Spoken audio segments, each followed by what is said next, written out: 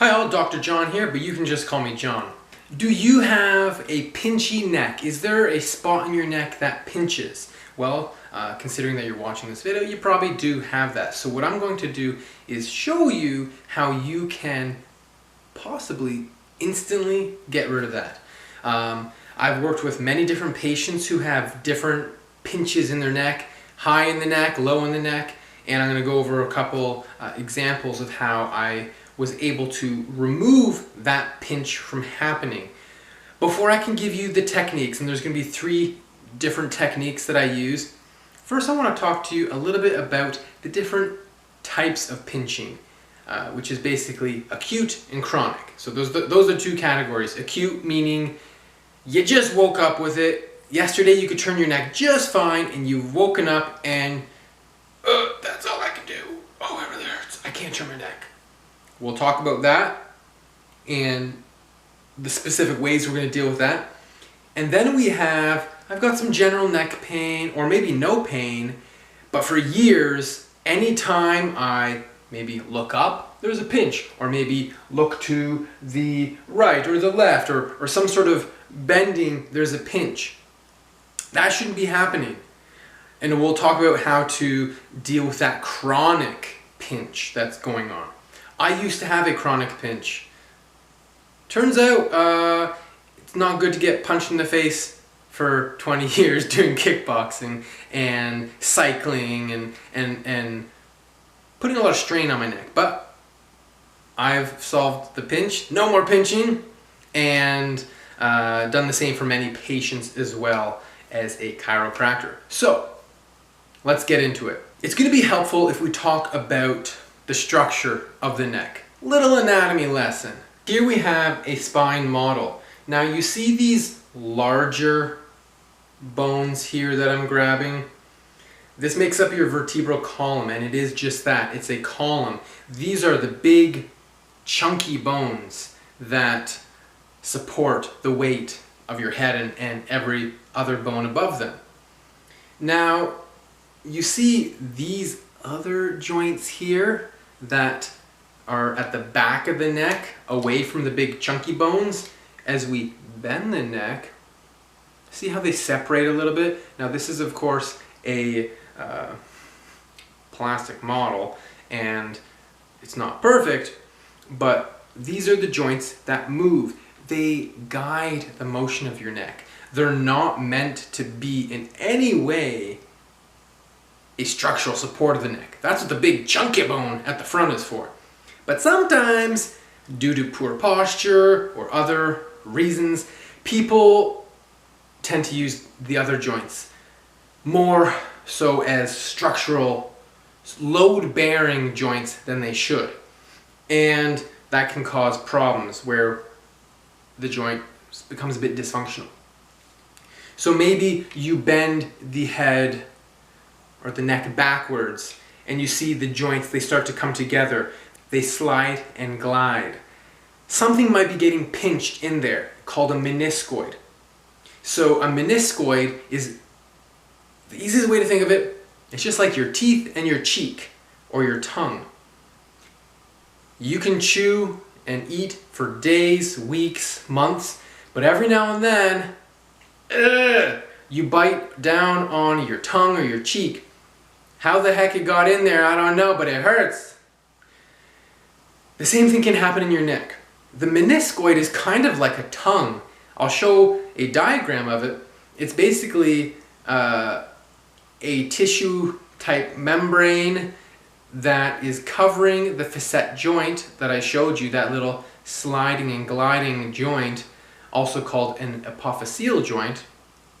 And that joint, that little tongue type bit of tissue, the meniscoid, sometimes can get a little more deep in that joint than it should be and get pinched. Let's talk about how that might happen. Let's say you're sleeping, you're tossing and turning, and maybe you kind of roll onto your side, you roll off the pillow or something, and let's say this is the bed and I'm laying like this to a degree, and it opens up the joints, right? Because you can imagine that if someone is laying on their side and the neck goes like this, you can see that these joints are opening up a little bit.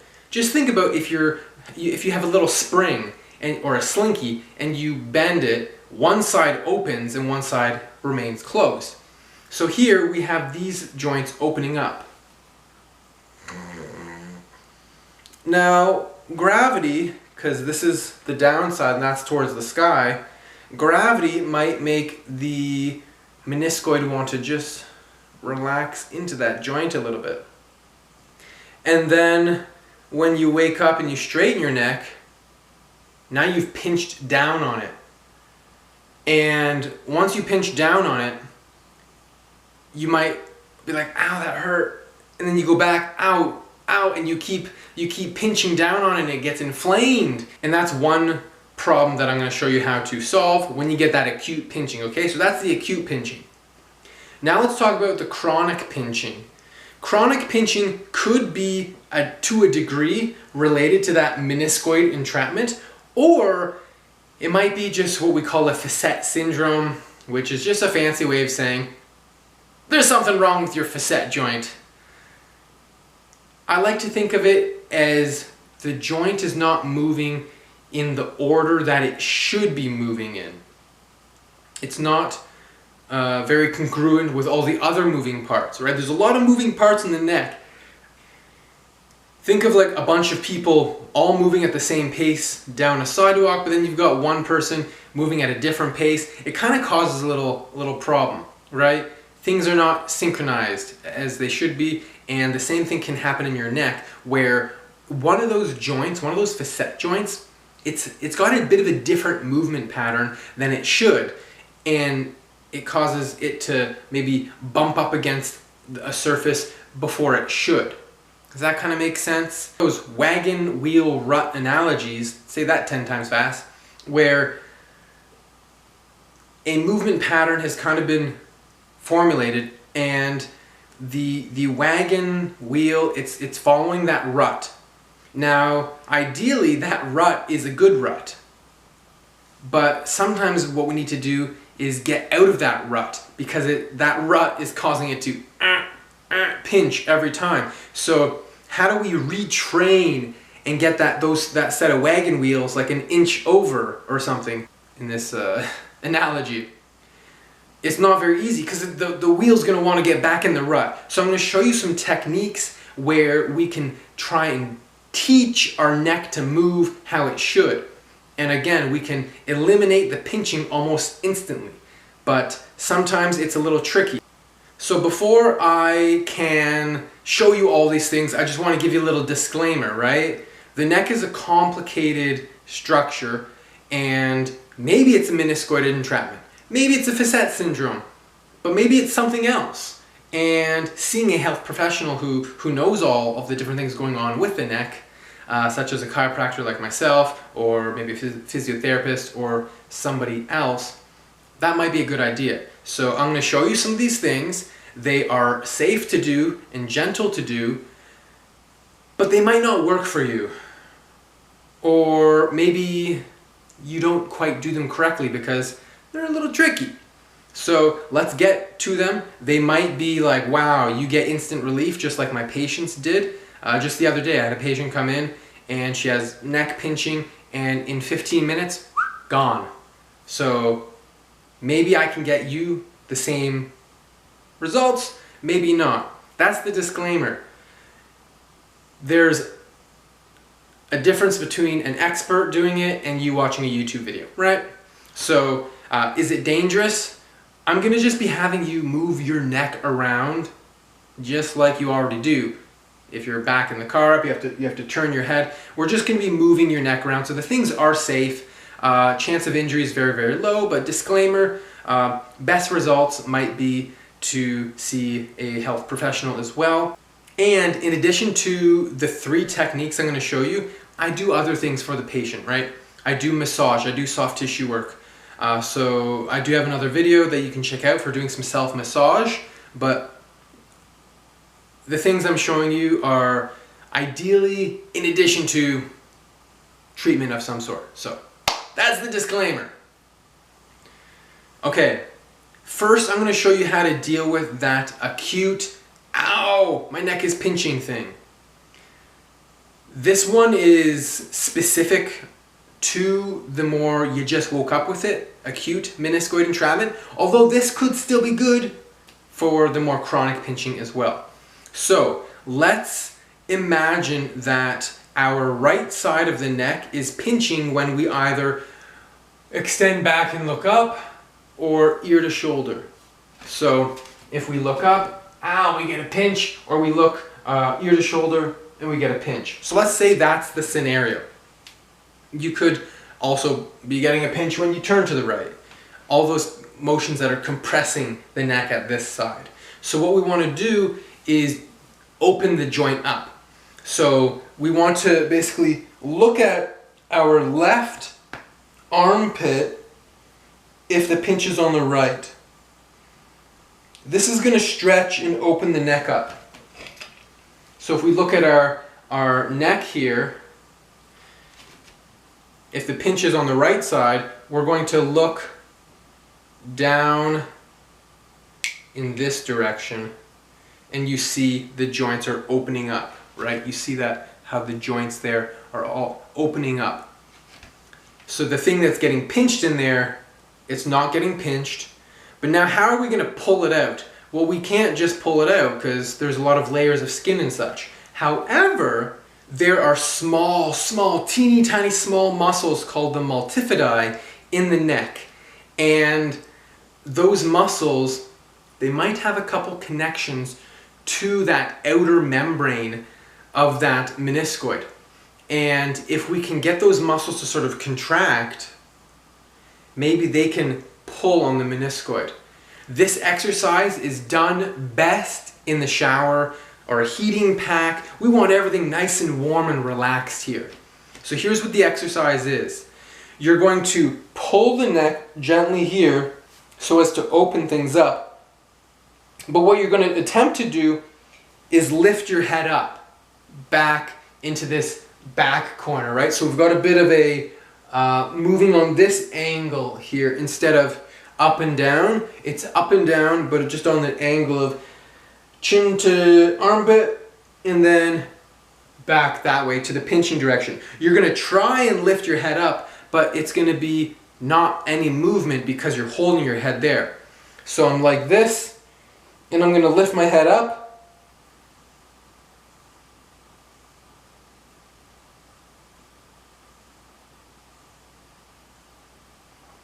I'm going to hold that for about 10 seconds. This may take many repetitions. Usually with the acute meniscoid entrapment, it's going to take some work, some effort and gentle neck movement to get the thing out that's getting pinched. I had this happen once before. It was horrendous. So what I was able to do was slowly move in the direction that was previously pinching, right? By doing this exercise where I'm bringing my head back this way, but it can't move because I'm holding it there. And then, in addition to that, here's the next exercise. So again, for this exercise here, what the goal is that by contracting these muscles when I'm holding the head, it's going to pull the meniscoid out of those joints that we've opened up because our neck is bent this way, so the joints are opened up, and we're going to pull that thing that's getting pinched out. Then we're going to try and return to a straight position, and hopefully those joints can close without pinching the meniscoid. And then once we're there, if we can get there, we got to stay there. We don't want that thing to get back in. And then what we want to do, if we can, is once we're able to comfortably maneuver into that previously pinchy position, we want to hold it there for a while, maybe even 5 or 10 minutes, and just gently hold that position and have those joints together not being pinching. And then hypothetically, the joints are going to kind of remember that, okay, we can close and not be pinching anything, and then you'll be able to maneuver into that previously painful direction. And that goes for the chronic and the acute. Once we get the pinch gone, we want to kind of hold that pinch-free position. Also be aware that sometimes it's okay to touch the pain, to kind of, okay, it's pinching, let me just kind of like move towards it, and sometimes the meniscoid can kind of release, but you don't want to jam it down hard. Hope that makes sense. Here's the second technique. It's called Snags and Nags. Remember how those facet joints are also called apophyseal joints? So a nag is a natural apophyseal glide, and a snag is a sustained natural apophyseal glide.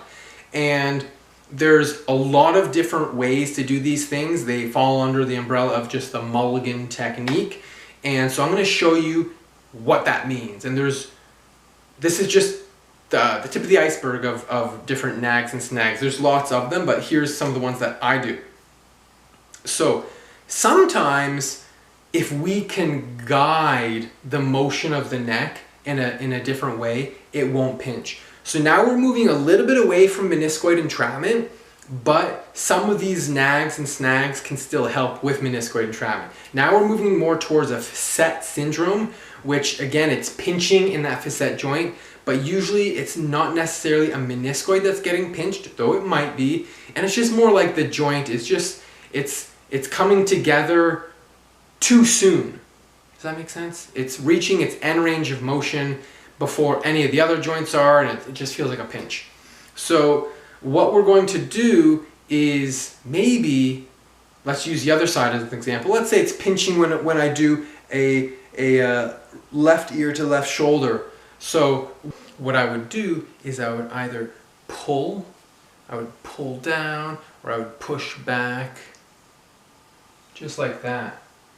And by doing something like that, or grabbing like this, then we would be able to move our head like this, or push this way, and then move our head like that. And that would often give relief. I would also be doing this for the patient, and they'd sometimes be laying down or seated. If they bring their shoulder up, and by the way, this can be done laying down flat, that way everything's relaxed. You bring your shoulder up, and then your head over. It's kind of the same thing, right? If I'm trying to bring my head or my ear to my shoulder, if I do that in the opposite direction, if I bring my shoulder up to my ear, this might not be pinching, and then I can kind of relax into that position. And somehow this has like cracked the code and there's no pinching. And if we just hold it here for a little bit, a minute or two, and then we relax the shoulder, now the shoulder's relaxed and we're ear to shoulder with no pinch. We hold this for a minute, and then we come up a bit and down, and it's like, oh wow, there's no pinch. We go all the way up, all the way down, no pinch. Sometimes we can instantly get rid of the pinch with this raising the shoulder technique. I kind of invented it. I'm not going to name it. That would be pompous of me, but we all know it's the double organic technique. No. Anyways, final technique. I know this is a lot, but if we put a cup on our upper neck where it's pinching, we can sometimes pull on the cup. So a set of cups costs about $20. If you don't know what cups are, I'm going to show you. So this is a cup. This is a pump. We also, if I can grab this thing, have this extender hose that lets me use the cup on myself, because it's kind of awkward to put a cup on your back or something when you are on your own. So what I'm going to do is I'm going to put my cup here. Now you can get a set of a bunch of cups of different sizes. It's about $20 online. So let's say right here on the neck, ow, that pinches. So I'm going to put this cup here. In addition to doing massage and other stuff, we're going to do a couple pumps here. just like that. Now, the skin and the muscle is getting pulled away from the neck. And what I might do is cradle and support the patient's head. If you're doing this on your own, you might need to support it in some other way. Like you could lean your head up against a wall so that all the muscles are relaxed. That's a key, to have the muscles be relaxed. And you're going to kind of try and go a little bit towards the pinchy direction while pulling, doing gentle circles and pulling on the cup. And eventually you will hopefully be able to explore that bending, pinching direction and not have a pinch. And maybe you're able to go all the way back and be like, wow, there's no pinch, it's gone. And then you take the cup off and wow, there's no pinch. Oh, you're a miracle worker. And like that's just exactly what I did earlier this week with one patient. Put a cup on the neck. They've been having pinching all week, and it's a thing that they've been having for a long time, on and off, and gone, just like that. So, I know the video is a bit long. I find it's important to give you some information about what in the first place might be going on in your neck, and then how maybe you can help yourself. Seeing a health professional might ultimately be the best thing to do, but these are some pretty darn safe things to try. Just some gentle movements of the neck. Hope that helps, hope that makes sense. Comment below if you have any more questions. We'll see if I can help you. As always, get the 6 aspects of health every single day. Earth, air, fire, water, work, rest. DoubleOrganic.com has all the information about what those 6 aspects of health are. I sure would like to know what they are. What we just went over is like the aspect of rest, taking care of yourself, stretching, rehabilitative type things. That falls under the umbrella of rest, and it's far more than just that. But that's rest for you. See you in the next video. Hope this helped.